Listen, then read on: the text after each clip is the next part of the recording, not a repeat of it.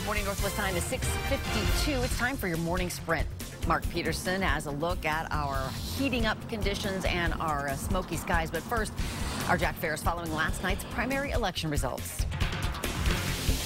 The 5th congressional seat out of Eastern Washington has belonged to Catherine McMorris Rodgers since 2005. But last night's primary results show that Lisa Brown is going to give her quite a run this fall. Let's take a look at the numbers district-wide. It's a very tight race. Catherine McMorris Rodgers with 47.52% of the vote. And then if you look at the hub, Spokane County, Lisa Brown with a decided advantage, 51.4% to Catherine McMorris Rodgers is 43.89%. Full results on KXLY.com.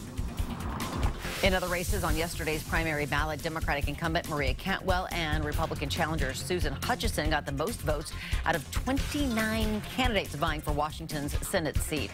In the races for Spokane County Commissioner, District 2 incumbent Mary Cooney took home 58% of the vote. Her challenger, Rob Chase, got 39.4%. Both are Republicans. In District 3, Republican Al French, who has held that seat since 2011, got 41.6% of the vote. His challenger, Robbie Catherine Anthony, a Democrat, took home almost 58%. In the race for Spokane County Sheriff Ozzie Knezovich had a convincing win with more than 85% of the vote. His challenger, who legally changed his name to dumpozzie.com, got 12.5%. The Spokane County Elections Office told us last night they'd received more than 107,000 ballots. If all of those are verified, it would be the most submitted since 2010. All right, good job showing up for the vote. Appreciate that. Mother Nature is giving us some hot weather into the upper 90s, 102 at Moses Lake, Omak 101, triple digits all over the place. This is going to be a continuing trend all the way through the week. We're going to see this as we get into Thursday, but Friday we get a cold front. And I just want to show you, this is our hope. Although gusty winds, behind that, an 80-degree day for Saturday. We'll have your extended outlook coming up. Although it's supposed to get a little bit better throughout the day today, the air quality in Spokane is currently in the unhealthy range. As you can see here, that is the 3rd worst category. Doctors say smoke in the air can get into your airways, clog up your nose, and cause inflammation. People with asthma or COPD need to be especially careful today and limit your exposure to the unhealthy air as much as you can. Level 3 evacuation notices remain in place for the Cougar Creek fire burning in Chelan County. Those notices were issued for Potato Creek to the end of Intiat River Road at milepost 25 for both sides of the road. Level 3 means you are in immediate danger and you need to leave immediately. The teenager accused of making threats against Lewis and Clark High School went before a judge yesterday. Ryan Lee was released from jail in June under several conditions, including that he could not be around minors. Police say Lee violated those terms when he attended a church camp.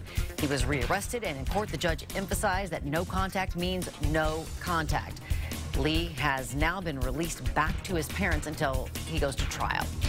A judge issued a warrant for 24-year-old Austin Mattot yesterday when he skipped his sentencing for animal abuse. Mattot was watching his friend's 11-month-old dog Hank last July when it was injured so badly that it died. The jury found Mattot responsible. He now faces up to a year in prison. When he didn't show up to his sentencing yesterday, a judge set a $25,000 warrant for his arrest. Sandpoint police still looking for the gunman in a deadly shooting Monday night. They say a man shot another man at the Meandering Moose Motel.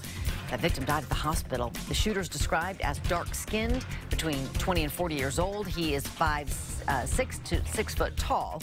You can call the number on your screen if you have any information about this shooting. Coming up next on Good Morning America, the latest on a desperate search for a missing Iowa college student. New video is showing Molly Tibbetts the day before she disappeared. And this year, $27.6 billion will be spent on back-to-school shopping. That's $510 per household. How to get that number down for your family. Right outdoors, again, we do have, and you can see the smoke and haze in the air, and a lot of people are having issues with that. It's going to continue to be that way for the next several days. 97 today, 104 tomorrow, which would be a new record. On Friday, 99. Again, Friday afternoon, Friday evening, we start to see the winds pick up. A cold front comes in the weekend.